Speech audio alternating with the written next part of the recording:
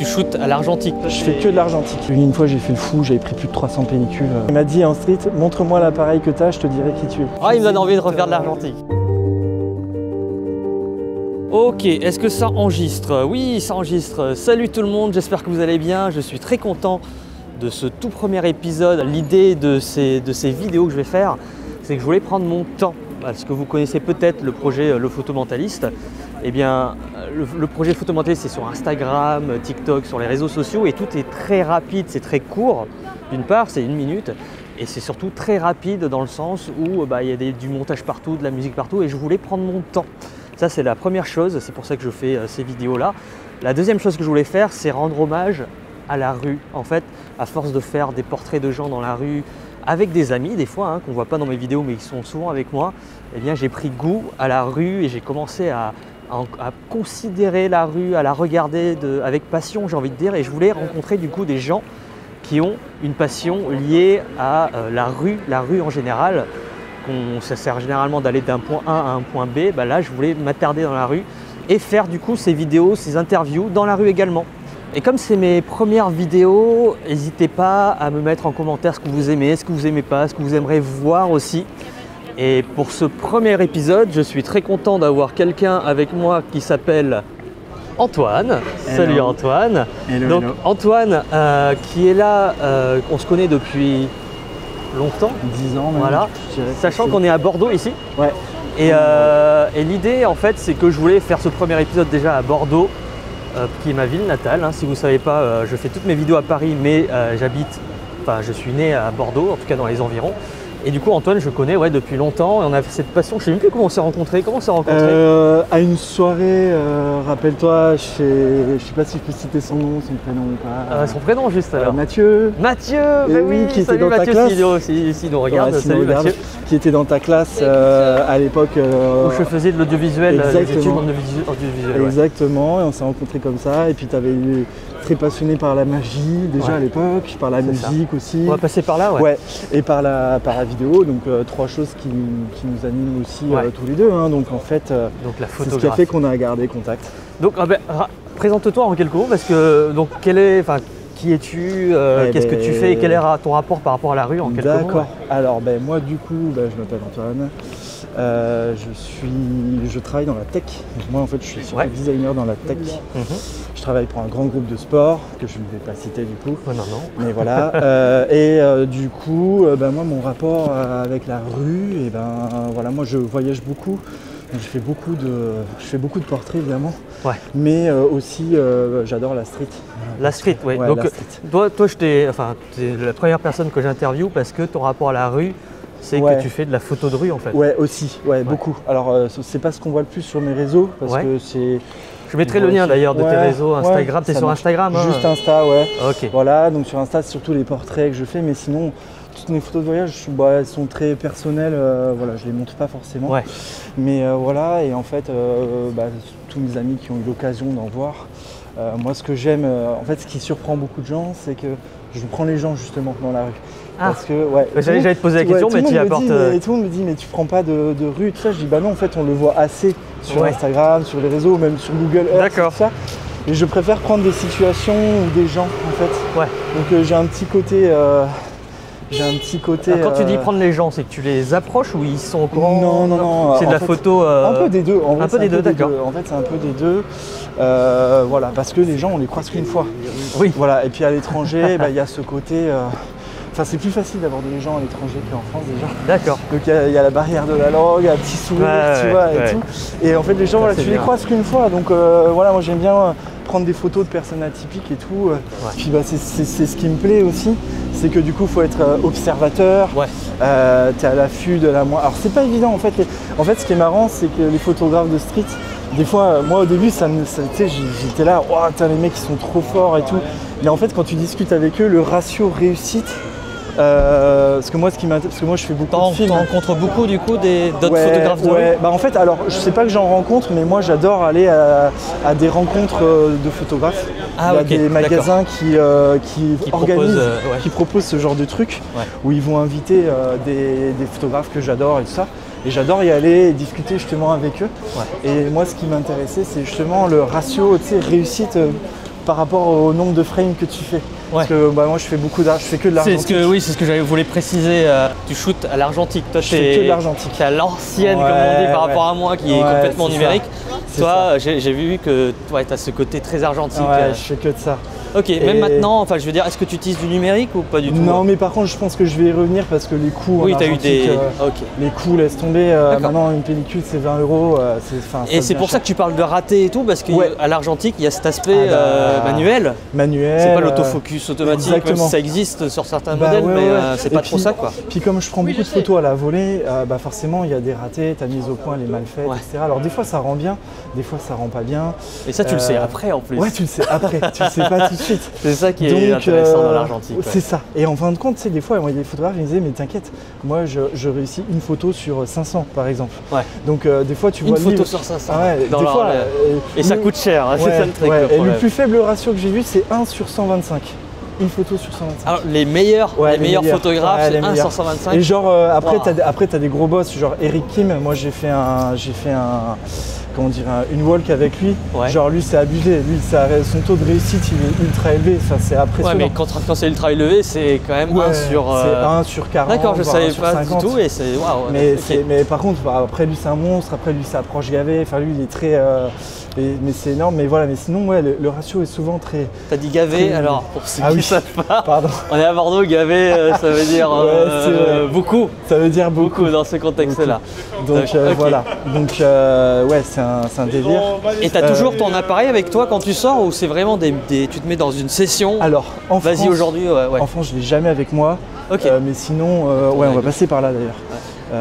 Tu veux qu'on rejoigne les Chartrons d'ailleurs? Ouais, je sais pas alors, en fait, on va on improvise un peu, des fois on parle, on sait même plus où on va. Ouais, donc tu vas pas en France, tu vas pas avec toi? Non, jamais, par contre à l'étranger, oui, tout le temps. J'en ai même tout le temps 2 voire 3 sur moi. Ouais, j'en ai 3 parce que tout simplement que comme je change pas d'objectif, je prévois un grand angle. Ok, c'est chaque appareil a sa focale. Exactement. Donc souvent 3 Leica ou alors mon blad, mon relais, j'ai soit un blad et 2 relais. Ça dépend. Donc pour ceux qui ne connaissent pas Leica et relais flex, tu pourrais résumer ça rapidement en quoi? Leica c'est télémétrique, donc c'est visée directe mais en 135 mm. Ok. C'est une taille de frame. 135 mm, c'est la taille classique des full frame numériques. Exactement, c'est la taille classique des pellicules. Ça, je parle moi je le savais, mais je le dis pour les gens qui nous regardent, qui ne sont pas forcément photographes. Et Rolleiflex. Rolleiflex, donc c'est du 6.6. Format carré. Vraiment très très grand. Ouais, format carré, très grand. Et pour la street, comme si la Hasselblad, c'est un format où tu regardes par-dessus. Oui. Et pour faire de la street, c'est génial. Voilà, ce que tu fais. Tu avais dit un beau mot la dernière fois en parlant de ça. C'est parce que mon Rolleiflex, en fait, je l'ai eu par un Italien qui s'appelle Giacomo Bretzel d'ailleurs. Je t'embrasse si tu vois cette vidéo, parce qu'il est incroyable. Voilà, et en fait il me l'a légué cet appareil photo, donc c'est trop gentil.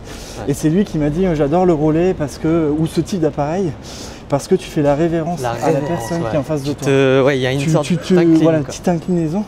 Et du coup il disait que c'était moins agressif et c'est vrai, et en fait il y a un capital sympathie quand on voyage avec ces appareils qui est génial. Et puis ça attire beaucoup les gens à la discussion. Ils voient ces appareils, t'en vois pas tous les jours. C'est sûr, c'est d'un ancien temps quoi. Ça attire tout de suite l'œil. Donc c'est ce qui fait que. Et au final, t'es moins discret. Attention, voilà. Ouais, au final, t'es moins discret, mais tu l'es quand même. Tu l'es quand même beaucoup parce que même le fait qu'on soit comme ça aussi, même dans un coin de rue. Il n'y a pas ce côté on pointe l'appareil. Voilà, il n'y a pas ce côté on pointe l'appareil sur quelqu'un. C'est pas direct, c'est pas franc. Et il y a des gens, ils vont penser qu'on règle l'appareil dans un coin. Bien sûr, c'est pour ça qu'il y a beaucoup de photographes, même numériques, qui aiment bien l'écran orientable pour shooter discrètement. Ouais, complètement. Donc j'ai toujours aimé ce format-là. Et d'ailleurs, moi, les 3/4 de mes photos street, c'est du relais, du relais. Ouais, parce que franchement. C'est pas trop lourd d'avoir 3 appareils Si, c'est super voyage, lourd. Moi j'ai envie d'être léger et toi tu pars avec 3. Non, sans parler des pellicules que tu as en plus. Ouais, mais alors dans les 3, comme je disais souvent, il y en a un que j'ai tout le temps avec moi, c'est systématique. C'est le petit relais 35. Qui est tout petit. Vraiment, mais il passe dans une poche. Ça marche. Et il a un petit 35 mm que j'adore. Merci. voilà, et qui est incroyable d'ailleurs, qui a un piqué qui est. En fait, il est sous-estimé cet appareil photo. Il est incroyable et je l'adore. Voilà, mais après oui, sinon c'est lourd. Des fois, je prends un gros sac fait pour quoi. Ouais, j'ai un gros sac fait pour. Et après, tu laisses peut-être à l'hôtel et t'en prends un en fonction de. Non, j'ai tout le temps les deux. Non, j'ai tout le temps les deux parce que moi, comme je te disais, je change pas d'objectif dehors. Oui, ok. Donc tu as les différentes focales directement avec toi. On va se remettre là. Les aléas de la rue, justement. Ok, donc à l'étranger, tu fais des photos. Ouais. Comme c'est de l'argentique, il faut les développer. Tu développes toi-même Je développe tout moi-même, couleur noir et blanc. Couleur et noir et blanc. Et je fais du tirage noir et blanc. Pas de tirage couleur parce que je ne me suis pas encore formé sur le sujet. D'accord. Mais ça va venir. Mais sinon, après. Donc je fais les tirages. Donc ça veut dire que. Donc pour ceux qui ne connaissent pas, tu as le développement déjà de la pellicule, il faut la développer avec donc des produits chimiques. Pour que les photos apparaissent sur le négatif, alors on va faire gaffe. Ouais, il y a de la boue partout. Ouais, il y a de la boue partout. C'est les aléas de Bordeaux avec la flotte. Et après, donc, une fois qu'on a l'argentique, on a le négatif qui est prêt, on va faire ce qu'on appelle une inversion sur un papier, donc un papier photo spécialisé, et donc avec tout un système de lentilles et de lumière. Tu projettes Je projette sur le papier qui va inverser le négatif. Ouais. C'est magnifique, si vous ne connaissez pas ce monde-là, l'argentique, du développement argentique. Comme je dis souvent, en fait, parce que moi je connais beaucoup de photographes argentiques mais qui font ni tirage ni développement. J'en connais pas mal qui développent ça à Paris en plus, avec Négatif Plus, ce genre de magasin. Pour moi ça sert à rien. C'est vrai que c'est ça le vrai intérêt de l'argentique, c'est quand tu as tes recettes et que tu peux faire tes tirages toi-même. Et que même tu fais tes négatifs toi-même parce que. Et du coup, est-ce que tu fais des retouches de couleurs? Tu sais, il y en a par exemple qui se disent tiens, le visage, je veux qu'il soit plus clair, moins clair. Tu joues avec des caches, je sais plus comment on appelle, ça. Oui, ça c'est quand tu fais du tirage, effectivement tu dois cacher. En fait, c'est l'avantage du tirage argentique. De Lightroom, comme on dit. Ouais. Le tirage argentique c'est énorme parce qu'effectivement on s'inquiète plus du côté sous-ex, sur-ex, etc.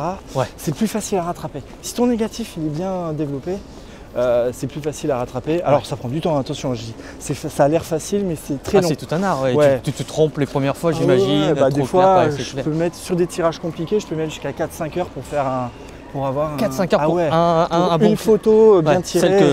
Ça peut être très long. Après, généralement, tu développes pas, tu tires pas toutes les photos, tu regardes. Non. Tu fais des bandes, en fait. Bon, après c'est compliqué parce que là, il faudrait que je te montre. Mais moi, je peux montrer en image rapidement. Mais en réalité, tu vas faire ce qu'on appelle des bandes de test, etc. Pour déjà choisir ton contraste. Tout est tout petit et puis tu cherches. Voilà. Puis tu tires tout petit au départ. Ok, d'accord. Je savais pas qu'on pouvait tirer tout petit. Si, tu tires tout petit au départ pour être sûr. D'accord. Pour voir déjà en termes de contraste si ça te plaît. Et après, c'est là où tu vas te dire tiens, là, c'est bouché. Donc au moment où je vais retirer, je vais mettre des masques, etc. pour que cet endroit, je le rattrape. Enfin bref, c'est toute une technique qui est très longue. Voilà, mais c'est passionnant. Tu vois, moi, ça me redonne envie de refaire de l'argentique parce que. Alors je pouvais pas faire de tirage parce que j'avais pas de chambre. Donc je faisais au moins le négatif. Ouais, faut le matos. Et puis après je scannais. Je scannais les pellicules avec une imprimante faite pour, tu vois. Et après, mais je faisais que comme ça parce que j'avais pas de chambre. Je suis à Paris, malheureusement. Comme beaucoup. Moi, après, c'est passionnant de pouvoir faire du tirage, j'ai jamais fait. Et c'est incroyable. C'est ça, en fait, et puis c'est la beauté du truc, c'est que tu vois la photo apparaître, parce que tu es dans ta chambre noire, mais il y a quand même cette lumière inactinique. Donc du coup, tu vois la photo se révéler devant toi, c'est incroyable, c'est une sensation. Et puis quand tu fais du grand format, tu vois ton A3 là apparaître devant toi. Tu tires quand même grand, alors tu tires A3, des fois, le plus grand que j'ai tiré, c'est 90-70. Enfin, j'ai déjà même fait plus grand pour des professionnels. D'accord, c'est la question, c'est tu t'en fais quoi en fait? C'est pour qui? Alors souvent c'est pour moi ou pour les potes. C'est-à-dire, voilà. C'est-à-dire que chez toi c'est rempli de photos? Ouais, alors non, pas trop. Enfin, j'ai beaucoup de négatifs. Beaucoup de négatifs. Chez moi, oui, toutes les photos que tu verras chez moi, c'est des tirages que j'ai faits. Je m'amuse même à faire des tests sur de l'aluminium, etc. Et tu fais de la vente du coup? Quand on me demande, des fois j'en vends. Quand tu les exposes à la base, c'est sur ton Instagram? En fait, non. Non, parce que sur ton Instagram, c'est pas trop de la photo de rue. Non, je te dis, j'avais un compte de photos de rue, mais tu sais, ça intéresse moins les gens sur Instagram. Les gens sont plus passionnés par d'autres choses. Donc soit c'est des connaissances qui me connaissent, qui ont vu mes photos. Soit après des fois j'ai des pros qui savent, parce que forcément dans la tech on discute avec pas mal de gens. Et des fois, il y a des pros, des restaurants, trucs comme ça, qui m'ont déjà demandé des grands tirages. Okay. Voilà, j'ai même travaillé pour une très grande marque de luxe qui m'a demandé de faire des grands voilà, c'est que tu travailles aussi pour des gens ouais. à l'argentique. Ouais, à l'argentique. C'est ça qui, ouais. Et c'est parce que les clients, tu penses qu'ils se rendent compte de la magie de l'argentique, ou c'est parce qu'ils aiment ton style? Ils aiment le style. Okay. Voilà, il y a une grande marque de luxe une fois qui m'a demandé de faire. Ils savent même pas que c'est de l'argentique quand t'arrives. Même pas. D'ailleurs, c'était. On peut voir la photo. Ouais, non, mais d'ailleurs, c'était l'anecdote une fois, c'est qu'on m'avait invité pour un shooting un peu haut de gamme et tout. Ouais. Et moi, je suis venu avec mon petit appareil argentique et en plus, c'était galère. C'était un dimanche. J'avais oublié d'en acheter le samedi et tout. La seule chose qui me restait, c'était des péloches périmées. Ah, donc, ça donne un style aussi, non? Mais quand ils m'ont vu arriver, pas à l'aise et tout, ils ont appelé un photographe du bassin d'Arcachon qui est venu à l'arrache et tout. Et moi, j'aurais dit, ouais, désolé les gars, j'étais trop mal et tout. Ouais. Et en fin de compte, quand on a vu le résultat était incroyable. Ah, bah, c'était abusé. La magie de l'argentique, ouais. En fait, ça fait quoi l'effet? C'est quoi, ça fait quoi le là, c'était très roux. Périmé. En fait, là, c'était. Alors, ça dépend des péloches. Parce que, en gros, tout dépend comment elles ont été entretenues. Enfin, pas entretenues, mais entreposées. Ouais. Il faut que ce soit une grosse marque, Kodak ou Fuji. Ok. Sinon, en vrai, quand c'est autre chose, c'est très compliqué. Okay. Ou du Agfa à la rigueur. Là, c'est une pellicule qui datait des années 80, 82, je crois, un truc comme ça. C'est de la vieille Gold. Et là, en fait, ça a donné un résultat très roux. Et ça collait chaud, exactement. Quoi, chaud. Très chaud, très roux. Et ça a collé avec la marque. Et ils m'ont dit waouh. Et en fait, ils ont halluciné. Et puis du coup, ils m'ont dit ouais, mais par contre là, du coup, comme tu as fait un scan, c'était peu exploitable. Je leur ai dit mais les gars, en fait, c'est de l'argentique. Si vous voulez un tirage de 6 mètres par 3, je vous le fais. C'est ça qui est magnifique avec l'argentique, c'est que en définition, c'est ça. On va tourner là. On va tourner à droite. Très bien. Et du coup, je leur ai dit voilà les gars, si vous voulez du 6 mètres par 3, alors faut avoir un équipement très spécifique là. Ok. Mais ça se fait. Ça se fait, voilà. Donc je leur avais fait des grands laits, on s'était bien régalé. Après évidemment sur du 135 mm, c'est très compliqué de faire du très grand, mais par contre quand tu as du moyen format, ça se fait très bien. Quand tu voyages, que tu fais des portraits de gens, donc tu as dit que tu avais deux styles, tu as soit le côté sans les prévenir, donc discret, et tu as aussi des approches aussi. Ah ouais, tout le temps. Bah en fait ce que je disais, il y a un capital sympathie. Ah donc c'est lui qui vient de vers toi. Qui vient de me voir. Et en fait souvent, parce que quand j'ai le Rolleiflex ou même un Blade, souvent les mecs ils pensent que c'est une caméra, curieusement. Une vieille caméra, tu sais, super 8. Oui, genre on roule, on fait un petit rouleau comme ça là. C'est ça. Et du coup les gens ils viennent me voir, c'est une caméra, et je dis non, c'est un appareil photo. Et beaucoup me demandent même de faire un portrait. Voilà. D'accord, oui, ils ont envie de. Il y a un truc magique avec l'argentique. C'est ça. C'est que c'est pas les réseaux sociaux entre guillemets. Exactement ça. Il y a une magie. Je pourrais pas l'expliquer moi. Mais, il y a une magie. Puis dans des pays, tu vois notamment l'Afrique du Nord ou États-Unis ou le Japon, c'est des coins où ils sont très très fans d'argentique. D'accord. Typiquement genre le Maroc, la Turquie, tout ça, c'est les gars, c'est des fanas. Japon aussi. Il y a une âme quoi. Il y a une âme et en fait dès qu'ils te voient avec un appareil argentique, les mecs qui viennent te parler et tout. Donc j'ai un nombre de portraits incalculable de mecs qui sont venus me parler et tu sais qui demandent même pas le portrait derrière. Enfin tu sais, c'est-à-dire oui, moi non plus des fois on me demande pas est-ce que vous voulez que je vous renvoie la photo? Non, c'est pour toi. C'est génial, franchement. Ça c'est trop cool. Donc tu vois, c'est des rencontres en fait. C'est pour ça aussi que je dis que c'est très personnel et que je le montre pas forcément. Parce que si je les mettais sur Instagram, moi j'aime bien avoir l'histoire qui va avec. Ok. Tu vois. Donc je préfère montrer ça à mes potes et leur raconter l'histoire qui va avec la comme photo. Maintenant, exactement. C'est passionnant. Voilà. Que de la mettre sur Insta sans aucun contexte. Et t'as pas envie de faire des expos ou peut-être quand on a déjà fait? Non, j'ai jamais fait d'expo. Justement pour raconter l'histoire. Je t'avoue que l'expo, moi c'est à tout un monde. Je trouve ça chiant. Bon, après c'est très personnel. C'est une question de goût. Alors t'es pas très expo. Je suis pas trop expo. Peut-être que ça viendra, mais là pour le moment. Pour montrer d'une autre manière les photos. Puis en fait, il faudrait être là tout le temps pour expliquer l'histoire ou alors faire un texte. Ou faire un texte, mais tu sais, les gens, on lit pas les textes quand on fait une expo, donc c'est dommage. Donc voilà, par contre quand je fais des tirages pour des gens, quand je fais le certificat, je raconte l'histoire qui va avec par contre toujours. Donc il y a quand même le texte derrière la photo avec le certificat.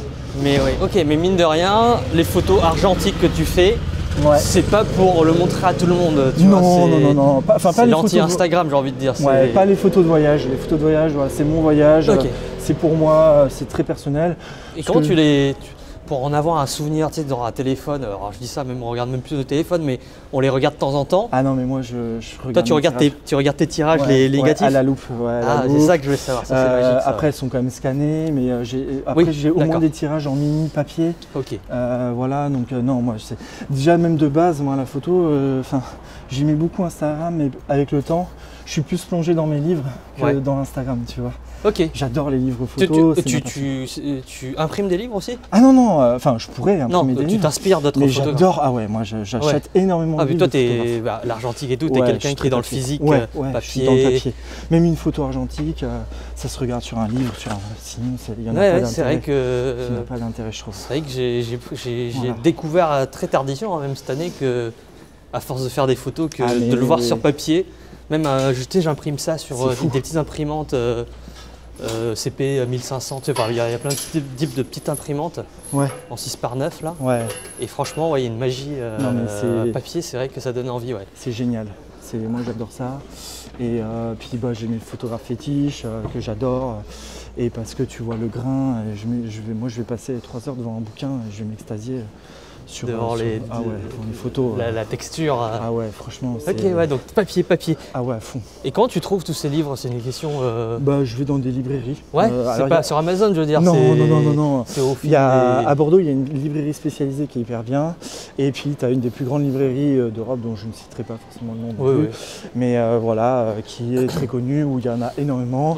Il y a une autre enseigne que tout le monde connaît, à l'enseigne jaune, que tout le monde connaît, où là aussi il y a de très bons livres photos, il y en avait très bien aussi. Donc voilà, je fouine un peu partout. Et des fois en brocante aussi. En brocante, il y en a qui vendent des livres photos qui sont très sous-estimés j'ai trouvé des pépites, mes meilleures pépites c'est en brocante. Dans des brocantes photos aussi. La magie encore de découverte des trucs pas grand public, j'ai envie de dire. Ouais, c'est ça. En tout cas, dans notre temps. D'accord. De ouf. Mais j'adore ça. Mais toi, t'as pas fait de livre pour toi pour l'instant? Non, j'ai voulu un temps, puis en fait, alors j'ai des maquettes. Comment ça marche techniquement, parce que autant tu fais un tirage, sur une photo, mais sur un livre, c'est pas des tirages. Alors non, c'est pas des tirages. Donc là déjà, pour le coup. C'est de l'édition. Tu as un gros taf d'édition, et puis en fait, il faut que tu travailles avec ton imprimeur. Parce que à un moment donné, tu vas faire ce qu'on appelle une impression sur mire, où tu vas aller voir avec lui les tons de noir et blanc qui te plaisent, etc. Parce qu'un noir et blanc numérique, il peut avoir une teinte. Donc du coup. C'est une question vraiment. J'aime pas. Du coup, c'est forcément numérique quand c'est un livre. Ah oui, c'est forcément numérique. Je me suis jamais posé la question. T'en as par contre à une époque qui faisait du tirage, mais c'est du très. Le temps. Mais c'est très rare. C'est souvent des mecs qui font ça. Je viens de me poser la question. C'est vrai que. Pendant très longtemps aussi, il y en avait qui faisaient même de la style gravure en fait. C'était un autre style d'impression. Ouais, mais du coup, t'as pas la même texture. Non, désolé. Du coup, t'as pas la même texture entre une photo sur cadre, la vraie photo, et en expo par exemple. Pas du tout. Et un livre, d'accord. Non, pas du tout. Donc des fois, ça vaut le coup même si t'as un livre d'un photographe, d'aller le voir en vrai la photo. Bien sûr. Puis il y a même le choix du papier. Après, tu vois, tu peux choisir ton papier, un barreté ou un glacé ou un. T'as plein de. C'est un autre métier encore ça. C'est un autre style, c'est un autre mood. Qui est encore différent du papier photo. Donc voilà, mais c'est incroyable aussi, c'est un autre tu m'as redonné envie de faire de l'argentique. Donc tu vois, j'ai des maquettes de livres argentiques, mais après le plus dur c'est trouver. En fait, ce qui est dur quand tu fais un livre photo, c'est qu'il faut que ton style colle au style du moment. Donc tu vas envoyer chez des éditeurs. Au style du moment, c'est-à-dire tu vois par exemple, la photographie, soit en fait tu as fait un reportage au Kazakhstan, tes trucs un peu rares qui déboîtent et du coup, on va forcément te publier. Mais si tu balances des portraits de base que tout le monde a déjà fait, vu et revu, il y a peu de chances que tu sois édité. D'accord. Tu vois ce que je veux dire. En fait, c'est un peu comme les romans finalement. T'envoies ta maquette à plein d'éditeurs. Il faut le faire. Moment aussi. Il faut le faire tous les 2-3 mois. On conseille de te le faire tous les 2-3 mois jusqu'à ce que tu sois publié. D'accord. Et puis c'est au bonheur la chance, soit tu es publié, soit tu l'es pas. Et puis il faut trouver aussi quelqu'un, comment dire, un bon éditeur. Parce que si tu es chez un éditeur, bon tu vois, en photo c'est compliqué quoi. C'est compliqué. Et quand du coup tu dis que tu fais de la photo quand tu voyages, mais est-ce que tu voyages parce que tu as envie de faire de la photo ou Non, non, je voyage uniquement oui, pas par une envie d'un truc. Mais après, moi forcément je fais des photos pour immortaliser le moment et surtout les gens que je vais rencontrer. Ok. Moi, mais du coup, quand tu es en voyage, tu as quasiment tout le temps l'appareil photo avec toi, tout au cas où. Tout le temps. Même la nuit et tout, parce que en argentique. Même la nuit, parce que après, maintenant, il y a des pellicules qui te permettent. Enfin, il y a toujours eu des pellicules qui te permettent. Oui, avec des forts ISO sensibles. Tu as des ISO 3200. Ça, c'était ce que je faisais beaucoup avant que Cinestill sorte la fameuse 800T. Ouais. Et puis dès que Cinestill a sorti la 800T, moi le soir je sors avec de la 800T quoi, direct. Okay. Je m'embête pas. J'ai arrivé même de pousser de la Portra 800 à 3200. Oui, parce que c'est pas parce que tu as shooté à une sensibilité que tu peux pas le pousser après non, tu peux le pousser. Au tirage. Voilà. Tu le pousses au tirage ou au développement du coup? Au dev, dès le dev. Ok. Ouais, dès le dev, t'es obligé. Tu peux pas le pousser au tirage. Ouais, parce qu'après si c'est mort, c'est mort. Ah oui, si c'est mort, c'est mort. Parce qu'il faut le maximum d'infos sur ton négatif. Si t'as pas l'information, comme l'exif finalement, comme ton RAW, ton négatif c'est ton RAW. Oui, donc plus t'as d'infos dessus, mieux c'est. Voilà. Après, ce qui est chiant, c'est qu'il y a très peu de labos qui vont te pousser ta péloche. C'est pour ça que il faut que tu le fasses toi-même. Ouais, il faut ton matos. Au moment que tu leur dises, mais mais même ils veulent pas souvent parce que. Parce qu'après, une fois que tu l'as faite, c'est fini quand tu l'as développé, c'est ça? Déjà, non, puis même, en fait, le problème, c'est que si moi, tu vois, je suis le seul pecno qui demande un. Non, mais c'est vrai. Oui, genre, si j'ai une Portra 800, je la veux à 3200. Ah, oui, on va rejoindre l'équipe peut-être. Ça marche, l'équipe. Et puis, pardon, excuse-moi. Et en fait, si je suis le seul et que tout le monde veut la Portra 800, il va pas dérégler sa machine. Oui, d'accord. Pour juste une pellicule. Ok, il faut que ce soit à l'usine en fait. Ça marche, et c'est rare les gens qui poussent autant. Donc en fait, ils le font jamais. De nos jours, si tu fais la photo, tu développes comme ça. Toi, tu penses maintenant autrement, à l'ancienne, on va dire, mais poussé. Et c'est ça d'ailleurs la première fois que je suis venu dans un laboratoire. Oui, j'ai une Portra 800, il faudrait la pousser à 3200. T'as regardé, il était un fou toi. C'est qui ce mec-là? C'est qui ce mec-là?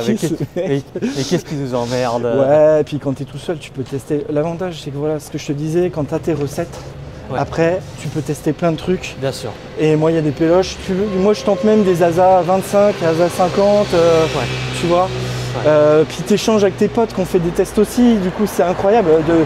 C'est ça qui est cool en fait dans l'argentique, c'est quand tu fais toi-même tes recettes et tes tirages, parce que il y a ce côté qui est incroyable dans l'échange quoi. C'est ça que j'adore. Est-ce qu'il y a des. Si je te demandais un moment qui. Genre le plus magique, un des moments les magiques qui t'a marqué dans cette photographie de rue, est-ce qu'il y a un moment où tu te dis putain ça j'arrête pas de le raconter parce que waouh, il y a eu un truc quoi. Dans la photo de rue hein. Ouais, dans la photo une de des rue. Anecdotes, pas la meilleure, mais si t'en as une en tête. Il y en a plein.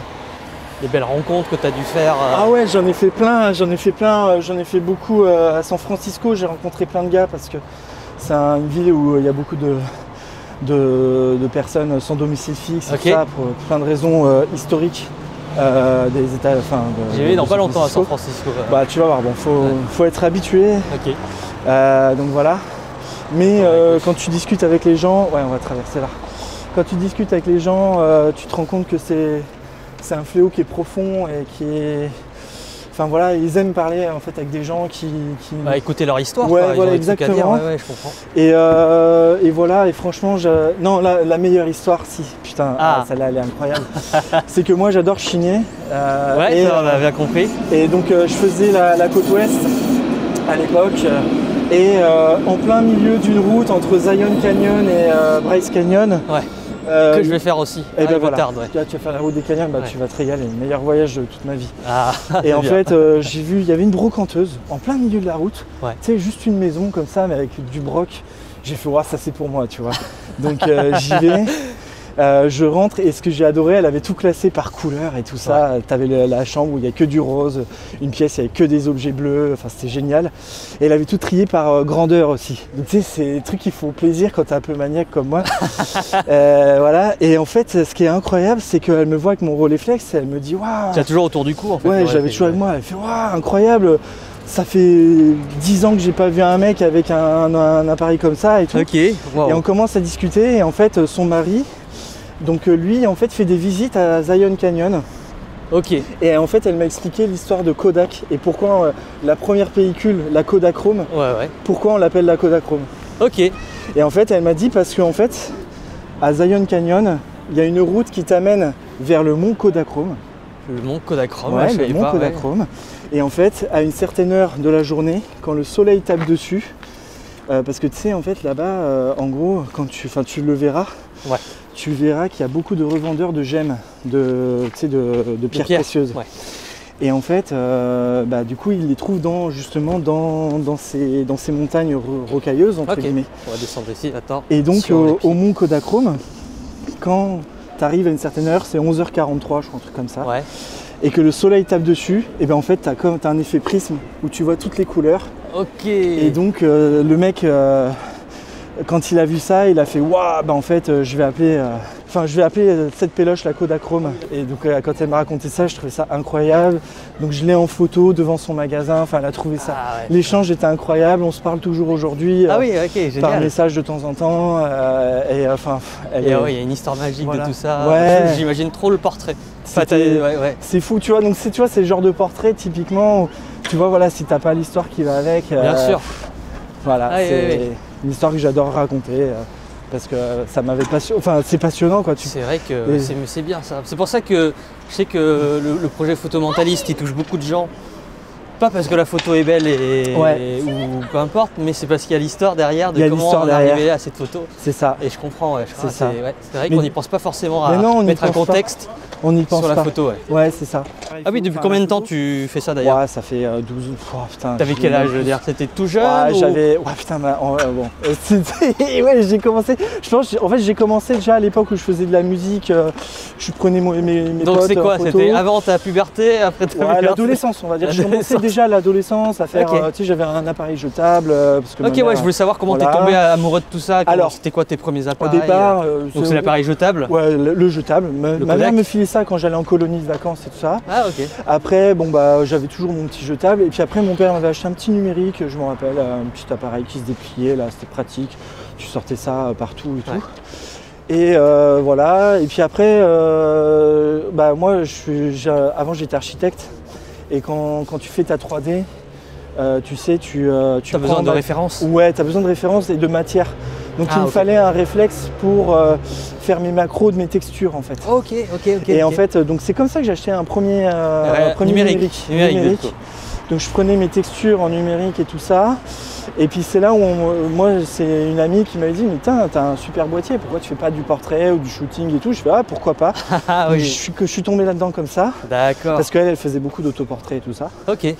Et donc après c'est surtout le décès de mon grand-père qui lui était photographe reporter. Ok, d'accord, je savais pas. Ouais, photographe reporter. C'était son métier. Alors ça a été son métier il y a un temps. Tu sais, c'est depuis 20 ans. Oui, c'est vrai que tu fais plein de métiers différents en fonction des époques. Donc lui, il a shooté énormément de trucs. Alors au début, il faisait ça au soufflé, donc j'ai beaucoup de négatifs 6x9 de lui et tout. Plus ancien. Voilà, il prenait même des leads morts en photo. J'ai gagné de photos de leads morts. Alors qu'est-ce que tu appelles lead mort? Parce qu'à l'époque, est-ce que c'est les portraits des gens qui sont assis là sur la chaise? Non, parce qu'en fait, dans leur lead mort. À l'époque, il n'y avait pas de comment on appelle ça, de crématorium. Donc quand tes parents décédaient, tu les mettais chez toi. Le temps que la famille passe te voir. Ok, oui, d'accord. Donc on faisait ce qu'on appelle le lead mort. C'est glauque, hein, désolé, c'est un peu glauque. Non, mais c'est intéressant. Et voilà, et en fait, et puis en fait, à l'époque, la photo, enfin moi, mon grand-père, il me racontait, c'est que tu avais la photo de famille, la photo pour les papiers, la photo de l'école, la photo de mariage, donc ça servait à plein de choses. La photo de décès. Ok. Voilà, qu'on pouvait aussi graver sur la tombe et tout ça. Après, et donc, lui, il a beaucoup de photos. Plein de portraits. Plein de portraits, voilà, un peu glauques, mais qui ont un charme en fait. Oui, non, mais je vois bien le genre. Tu vois, d'ailleurs, si je devais faire une expo, ce serait plus une expo de ça. pour montrer aux gens cette époque-là. Super intéressant, ouais. Parce que tu as des traces de tout ça, j'ai des traces, j'ai les négatifs. J'ai les négatifs, ça c'est de l'or, c'est un trésor ça. Puis c'est des 6 x 9, donc là mon gars, tu sais ça, je peux te garantir. Ah bah là je peux te faire un tirage d'un Maccabée. Oui, retrouver la famille, faire un travail de recherche. Non mais c'est super passionnant. C'est super passionnant, voilà. Puis bon après il a pris ses photos de vacances, tout ça. J'ai des photos de guerre. J'ai des photos de guerre aussi qui sont un peu plus trash. Alors tu parles de guerre, c'est de laquelle? 39-45. Ah oui, la guerre quoi. Ouais, la guerre. Et après j'ai plein de photos d'après-guerre, voilà. Et ah puis, ouais, mais c'est... t'as un trésor. Ouais, j'ai de la chance. J'ai de la chance et j'ai hérité de son appareil photo. En fait, quand il est décédé... Oui, donc ça vient, on revient à l'argentique. Voilà, j'ai hérité de son appareil photo, qui est un vieux Zeiss, qui est incroyable. Ouais. Bon, qui est un peu archaïque, mais qui est incroyable. J'ai déjà fait quelques photos avec. Ouais. C'est archaïque, mais ça fonctionne encore. Ouais. Et en fait, bah ouais, et puis en fait j'ai fait les photos avec. Puis mon père m'a dit mais tiens, mais si t'aimes bien, je te passe le mien aussi. Ouais. Il en avait un aussi parce que tous les trentenaires de l'époque c'était leur kiff.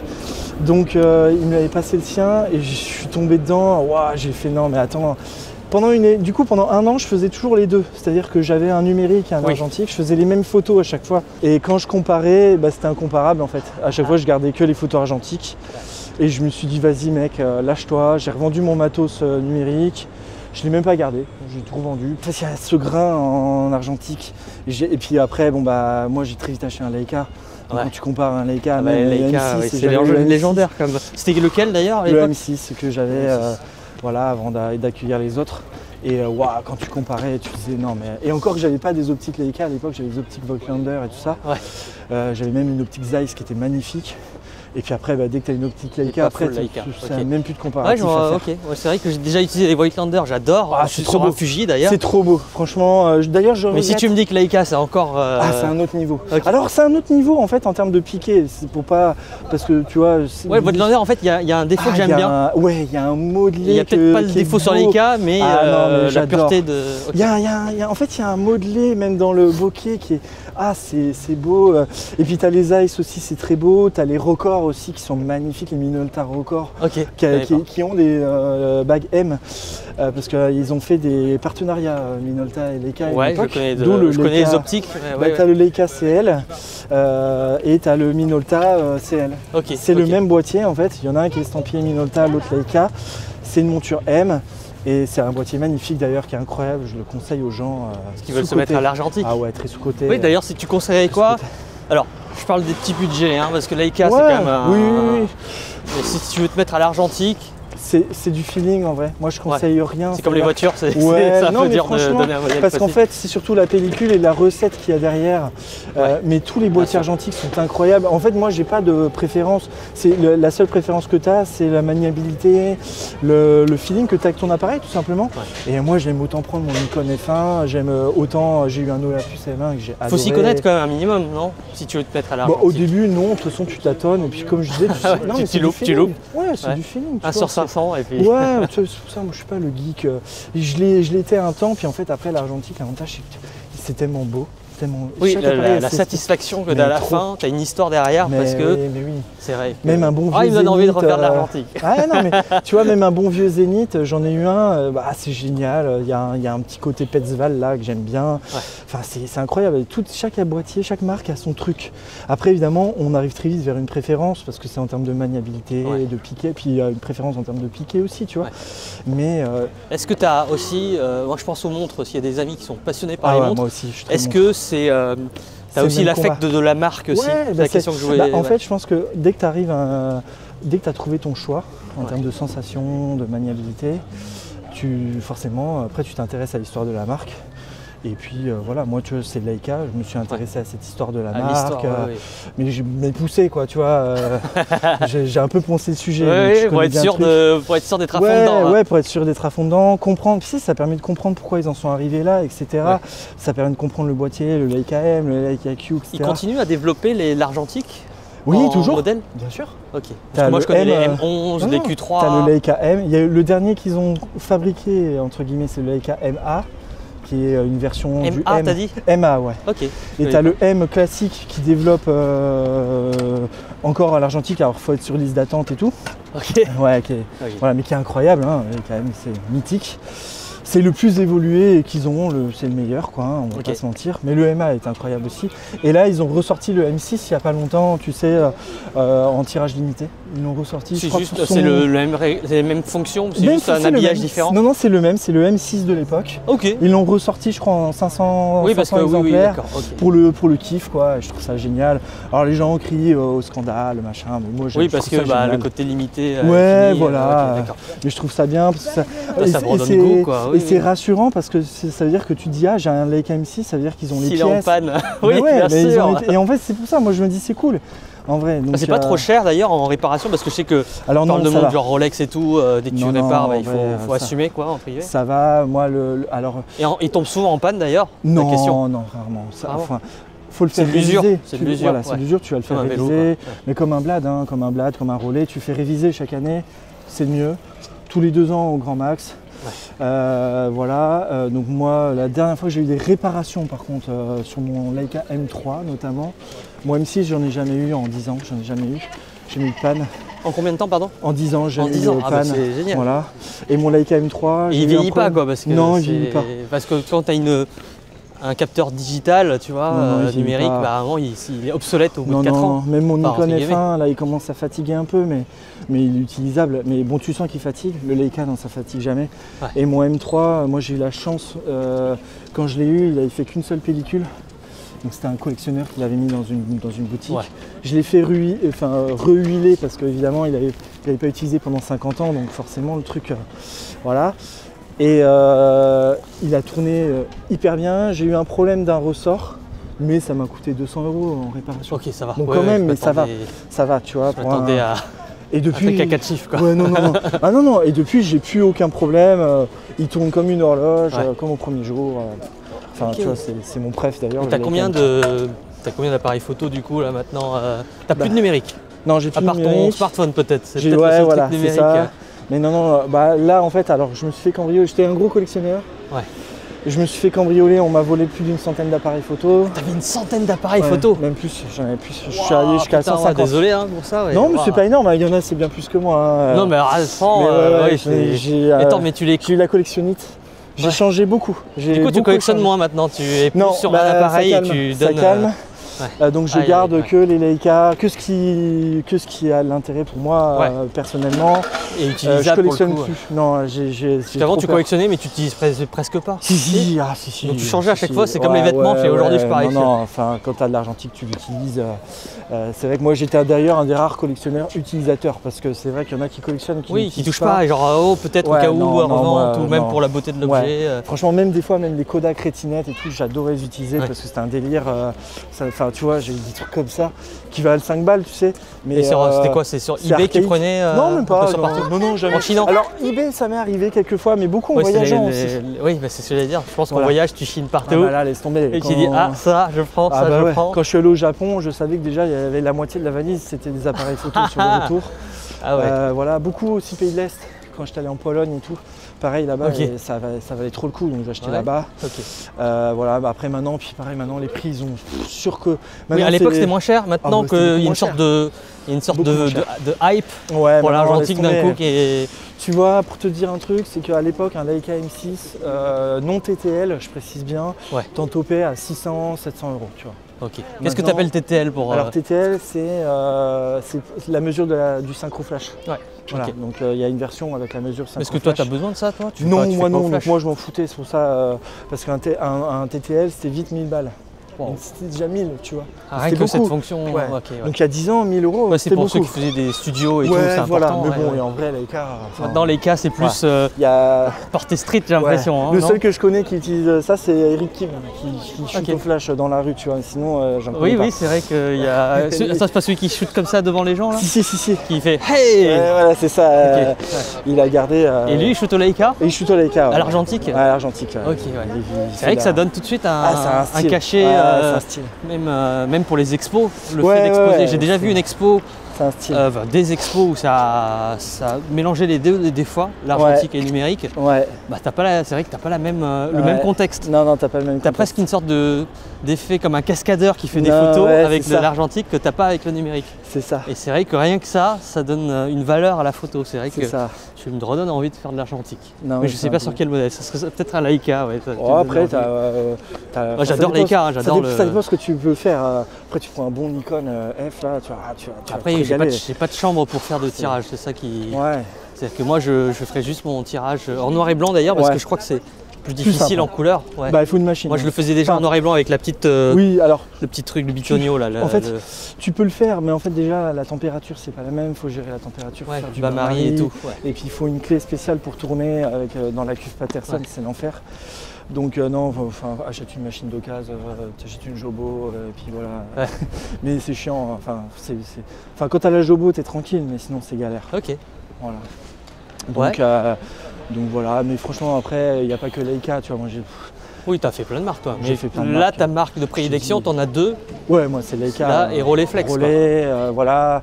Après le Blade, j'aime bien aussi de temps en temps pour faire du studio, où je sais que ça va être très chirurgical. Okay. Voilà. Donc, plus chez toi. Ouais, voilà. Ou alors quand je sais que ça va être un voyage un peu musclé, bon bah tu prends un duo Rolleiflex Blade. Rolleiflex Blade Leica, tu vois, boum, t'es tranquille, tu vois. Et tu fais de la photo de rue, mais c'est genre candide ou est-ce que c'est des... T'as un thème particulier? C'est vraiment non, c'est aux aléas des... Non, moi, comme je te disais, je me balade, je regarde, j'essaye d'avoir des situations... Plus avec des gens d'ailleurs, hein, on est d'accord. C'est pas pro paysage? Ouais. Non, c'est pas pro paysage. Après, si, des fois, par exemple... Quand t'es au Grand Canyon? Oui, quand t'es au Grand Canyon, forcément. Voilà, quand le paysage est incroyable, oui, là, tu fais des photos de paysage. Ouais. Mais sinon, moi, je cherche la situation. Mettre l'humain dedans, ouais, je cherche la situation, tu vois.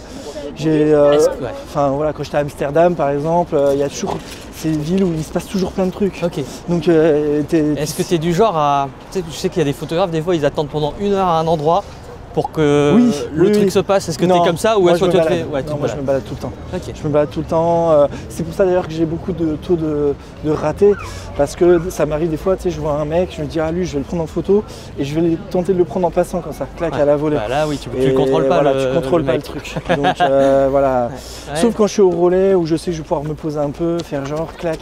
Et là c'est parti, tu vois. Donc c'est plus simple au relais d'ailleurs de faire de la street comme ça à la volée qu'avec un Leica typiquement, tu vois.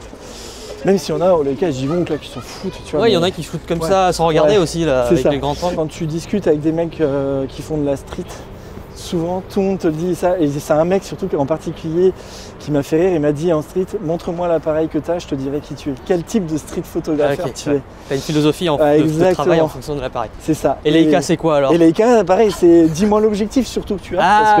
Et je te dirai quel type de photographe tu es. Donc plus tu vas avoir un grand angle, plus on sait que ça va être un gars qui va se rapprocher. Ouais, voilà. Et t'en as qui font de la street au 90 mm. Il y en a qui sont un peu plus viseur, un peu plus voyeur. Voilà, c'est ça. Tu vois, donc ça c'est marrant. Ces petites subtilités. Et vous reconnaissez, du coup vous parlez souvent entre vous? Ah ouais. Ah, salut. Au Leica Meet, tu vois direct le gars qui est au 35 ou au 50, tu vas tout de suite voir le style des gars, même quand tu vas te balader. C'est vrai, ça. Ouais, c'est une communauté au final. C'est une communauté. Mais est-ce que vous parlez beaucoup sur internet ensemble? Il y a une sorte de communauté du coup sur les réseaux? Et même quand j'étais chez Fuji par exemple, tu vois, j'étais ambassadeur Fuji à une époque, je faisais partie des Vikings en Belgique, à Team Viking, ils se reconnaîtront. et voilà, et en fait, ce qui est, comment dire, on discutait énormément entre nous. Après maintenant, moi comme je te disais, je préfère rencontrer. Je suis plus trop sur le web, en live. J'aime bien faire les walks ou les meets. Il y en a beaucoup à Bordeaux?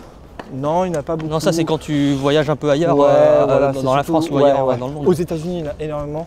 Ok. Quand je vais aux États-Unis, c'est systématique, j'en fais. À Bordeaux, il y en a. À Bordeaux, quand il y en a, j'essaye de les faire, mais après, avec le taf, j'ai pas forcément le temps. C'est souvent le vendredi, donc c'est compliqué. D'ailleurs, faites ça un samedi, les gars, s'il vous plaît. C'est cool. Vendredi soir ou vendredi dans la journée? Donc c'est pas un week-end quoi.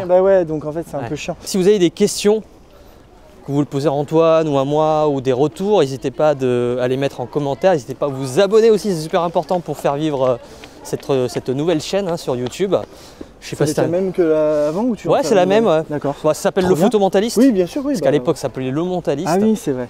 Là, c'est Le Photomentaliste parce que je garde, pour ceux qui me suivent sur les réseaux sociaux, sur Insta, ça permet d'avoir un peu les coulisses de la rue. Parce qu'on me voit faire des portraits des gens dans la rue, mais on ne voit pas forcément le contexte de tout ça. C'est ça. Et c'est ça que je voulais faire, c'est que d'une part, je suis tombé, j'étais déjà amoureux de la rue, mais là encore plus. Ouais. Et j'avais envie de le partager à d'autres personnes, quoi, parce que les gens, on va souvent d'un point A à un point B. Ouais, c'est clair. On a de la musique dans les oreilles, mais on regarde pas forcément la rue. Et oui, mais c'est pour ça. Et en tant que photographe, je pense que tu as le même truc que moi, c'est que tu regardes, oh, il y a une belle lumière, ouais. Oh, la personne elle est sympa, oh, il y a une situation qui est sympa. Même si on n'a pas d'appareil sur soi, on a un regard. Quoi. Bien sûr, mais c'est pour ça que j'ai adoré l'argentique aussi, parce que tu n'es plus derrière ton écran. En fait, tu es obligé de te focaliser sur ce que tu vois, parce que de toute façon, tu es obligé de maîtriser tes réglages. Puis tu sais, l'argentique, en fait, tu as pris ta luminosité, surtout en 6.6. T'as que 12 photos, ça va très vite, moi je fais que recharger. Donc en fait, de toute façon, une fois que tu as réglé, t'as plus qu'à regarder la rue, regarder en l'air, regarder ce qui se passe. Et tu profites plus de ton voyage, je trouve, quand tu es en argentique qu'en numérique. Après, c'est très personnel, évidemment. Bien sûr, mais je comprends tout à fait, tu m'as donné envie de refaire de l'argentique. C'est ça qui est bien. Et puis tu vois, tu as fait ta photo, puis tu sais, dans ces formats-là, c'est grand. Et tu sais pas le résultat tout de suite. Voilà, tu profites de ton voyage. Bon, après, des fois. T'es pas là à regarder la photo. Ouais, mais après, des fois, c'est long à tout développer là. Oui, par contre, mais t'as une surprise quand même. Mais t'as une surprise, mais j'adore, non mais c'est incroyable. Puis après, tu fais ta sélection. Des fois, je fais le gros furieux. J'ai tellement de péloches que là, ça m'arrive d'en développer encore de 2018, quoi, tu vois. Et c'est pas périmé Non, c'est pas périmé. Tant que tu conserves bien ta pellicule. Et dans la frigo et tout. Voilà, il faut juste pas que elle soit exposée. Mais là, tu vois, parce qu'une fois, j'ai fait le fou, j'avais pris plus de 300 pellicules quand je suis parti à New York. Et j'en développe encore. 300 pellicules. Ouais, alors je me rends pas compte, oui, à la douane, ça doit. C'est pas inflammable en plus. Non, mais tu dois passer le contrôle anti. Oui, rayon X. Ouais, alors déjà, donc tu leur dis, moi je veux un check-up à la main. Ouais. Et les mecs, ils prennent un grand bâton qui ressemble à ta perche, tu sais, où ils font le test. Des mains là. Non, pas le test, de la poudre, voilà. Et en fait, c'est tous les 5 produits. Donc toutes les 5 pellicules, ils devaient changer de languette. Ouah, laisse tomber. Ouais, donc tu t'arrivais 6 heures à l'avance. 2 heures avant, 2 heures avant. Et au retour, je suis arrivé, le mec, ils m'ont vu sortir les sachets. Oh là là. Il s'est dit, on va bosser. Ils ont vu que j'avais 5-6 appareils dans le sac.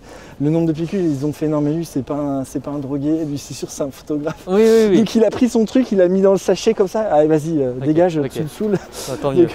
J'ai pas envie de bosser 4 heures à faire ton truc. Alors que c'est en France où ils m'ont dit, attendez, on le fait bien parce qu'aux États-Unis, ils sont hyper rudes. Et en fin de compte, aux États-Unis, ça dépendra. T'as devant toi, ouais.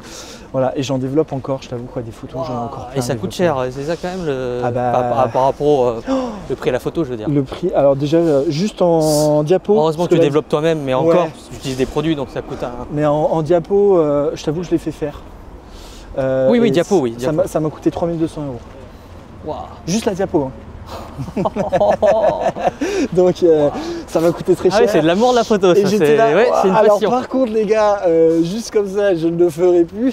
Parce que c'est une passion de la photo. C'est corps et âme et argent. Je l'ai fait faire parce qu'en fait la diapo c'est encore un autre produit, c'est pas du C41, c'est du E6. Et donc, c'est quoi la diapo par rapport à... La diapo, tu n'as pas de négatif, tu as un positif. C'est directement du positif, comme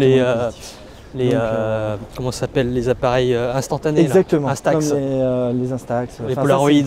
Mais là, tu as une gélatine positive, donc tu as beaucoup plus les couleurs sont plus vives, tu as beaucoup plus de détails. Mais le produit, c'est pas le même. Et en fait, quand il faut nettoyer toute ta machine et tout, si tu veux que ce soit bien fait, il faut bien nettoyer ta machine, c'est un enfer. Et je m'étais dit, j'ai déjà tellement de C41 à faire. Tu sais, sur 350 péloches, je te laisse imaginer, t'en fais 4 dans ta machine, max, donc ça va. C'est long. Donc je peux te garantir que ça, j'en ai encore aujourd'hui, mais j'ai plus que du noir et blanc. Toute la couleur, c'est fait, le diapo aussi, mais c'est très long. Ok. Ouais, c'est long. Je t'avoue que un pote m'a aidé, même lui, il m'a maudit. Il se reconnaîtra s'il voit la vidéo. Il me dit, je te maudis, mon salaud. Ah ouais, t'es quand même un cas. Je suis un cas. Je me suis calmé sur ce côté-là, mais c'est atypique. Je le savais déjà, mais pas à ce point. Quand je suis furieux, je suis furieux. Ah oui, t'es furieux. S'il y en a qui veulent s'intéresser à l'argentique, est-ce que tu as des trucs à conseiller, des sites ou... Les livres. Ok. Enfin, c'est une bonne conclusion tout ça. Ça se voit sur un livre, ça se voit pas sur un écran. Donc achetez des livres, photos.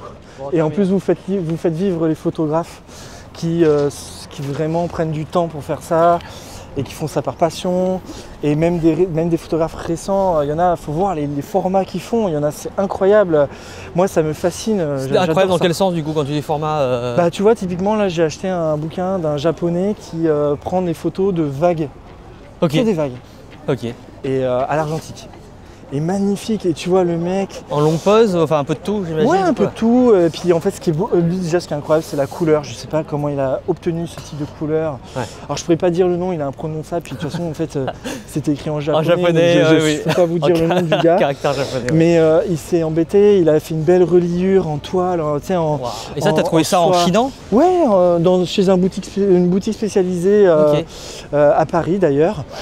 Et le mec m'a dit regarde ce bouquin, en fait il a vu que j'étais un passionné du grain, il m'a dit non mais si tu veux un bouquin c'est celui-là, et il me l'a montré. Alors il coûte, c'est très cher, c'est un petit format, le livre était assez cher, c'est 60 € mais le petit livre, ouais. Donc ce qui est assez cher, oui, c'est cher pour un livre mais par contre il est unique, chaque livre est unique, c'est la soie, c'est sa mère qui le faisait, enfin, ouais, donc c'est fait main. C'est fait main, il y a une recherche. Et ouais, et ça me dérange pas de mettre 60 € pour que ce mec déjà rentabilise le travail qu'il y a derrière en fait.